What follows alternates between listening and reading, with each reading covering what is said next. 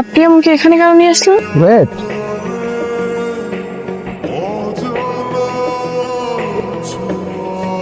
কি কোন দুনিয়ায় আসোস?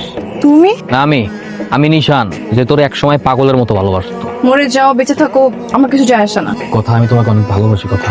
এখন এইসব আবেগী কথাবার্তা বলে কোনো লাভ নেই। আমার লাইফস্টাইল, আমার চলাফেরা সবকিছু অনেক উপরে চলে গেছে। তোমার সাথে আমার কোনো ফিউচার হবে না। কেন হবে না? কথা একটু বোঝার চেষ্টা করো না। কেন হবে না? তোমার কি লাগবে? তুমি আমার শুধু একবার বলো, টাকা লাগবে, বাড়ি লাগবে, গাড়ি লাগবে, তুমি শুধু আমার একবার সময় দাও, আমি সবকিছু করবো। জাস্ট আমার একবার সুযোগ দাও, আমি তোমার জন্য সবকিছু করতে পারি। কথা